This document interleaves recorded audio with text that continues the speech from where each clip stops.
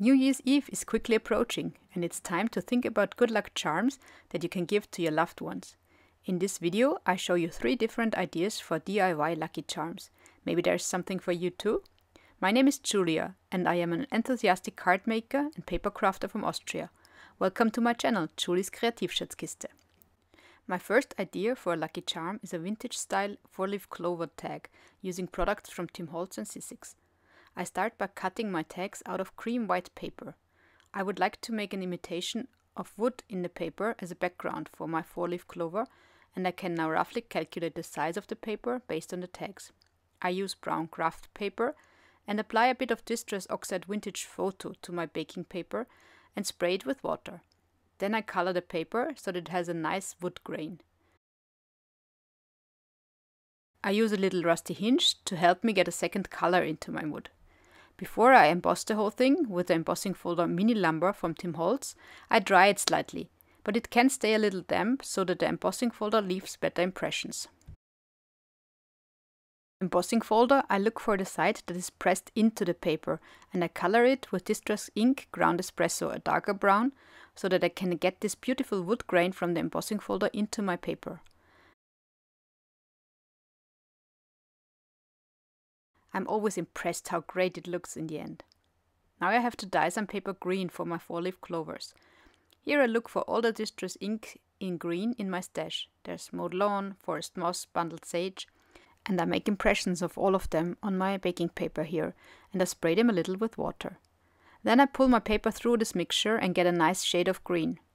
I also dried this briefly, but not too much again, so that there is a little moisture remaining in the paper and the embossing folder has a better impression. Here again, I take one of the darker green inks and I use it to color the details of the embossing folder a little to get a nice impression.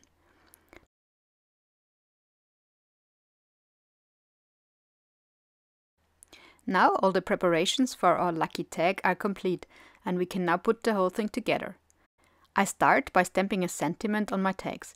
Here I have chosen a rather small greeting message that wishes you good luck for the new year and that fits perfectly on the top of the tag.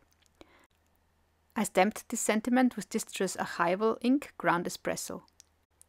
Next I take my wood imitation and adjust the length again so that it fits perfectly on the tag. Then I use a distress tool to make the edges of the paper look old. You can also use scissors here. The paper is actually tearing in a few places, so I take advantage of that and bend it even more over there. I also tore a few corners. To further emphasize this vintage look, I now color the corners and edges with Distress Oxide Vintage Photo.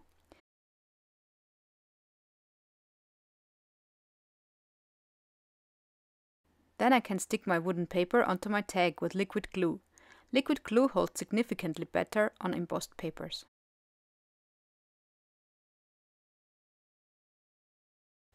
For fixing my lucky shamrocks I use foam tape, because the embossing of the shamrocks created a curvature and I want to use it. So I use the foam tape in the higher areas of the leaves. And once I have glued these lucky clovers onto my wood, our tags are already finished. Ta-da! Our first idea for lucky charms for New Year's Eve. My second idea are lucky charm mini cards. I'm taking a white paper with texture in the A6 format, which is 14.8 by 10.5 centimeters, and I'm making a fold line in the middle, so I have my basic cards ready. The other ingredients for my mini card come from the Spellbinders Advent Calendar 2023, which I can highly recommend, by the way. Here I use the largest of these nesting dies with these arches at the top and make openings in my mini cards on the front. Then I use these mushroom dies from the Advent Calendar, and on one hand I make them out of a textured paper with a thickness of 216 grams, and on the other hand I also use red Miro paper to get 2 variations. The stems of the mushrooms are cut out of grey paper, and the backgrounds of the mushroom are naturally white. I didn't have any suitable paper for the underside of the mushrooms and this umbrella around the stem, so I cut them out of white paper and colored them in grey with Distress Oxide Pumice stone on a mini blending brush.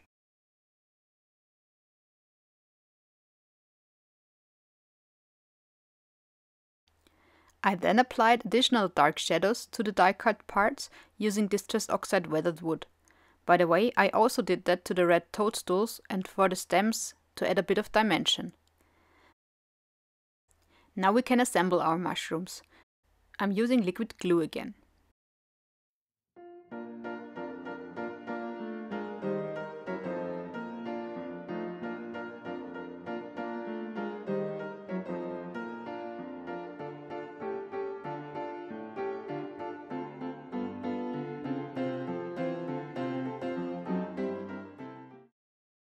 But before I stick the mushrooms on my card, I picked out 2 sentiments. Good luck, and we send you luck. I stamped them on the inside of the card so that you can see them through the opening in the card. By the way, to place my sentiment, I had the card close to my stamping aid, and I only opened it when it was time to stamp.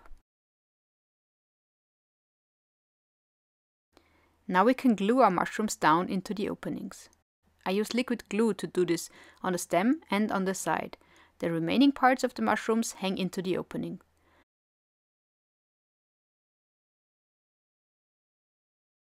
And with that, 2 more lucky charms are ready. Let's move on to the third idea. For this, I used a tiny gift box from Lawn Fawn and the Ladybug add-on. I make little gift boxes in the shape of a ladybug, into which you can perhaps put a little gift. The basic box is cut out once in black. And then I used the photo on the back of the add-on to find out which parts I still need and in which color they should be cut out. I'm not going to show you how to cut out all the parts, but maybe just a hint. This die that cuts out the underside of the wing, which you see here in black in the video, you have to cut it out twice for a box and use the backside once so that it can be used as opposite for the other wing. You also have to cut out the square parts with the holes twice. Once for the left and once for the right. By the way, I saved the red dots that fell out of the die-cut parts here. You can certainly use them as decorations for other cards. These are now the parts for the 2 boxes that I have all cut out. I then tried 2 different ways to assemble it. First, I assembled the box and glued the parts on the outside. In the other way, I glued all the red parts on the box while it was flat and then assembled the box. Both actually worked well, I have to say. It's really up to personal preference how to do it.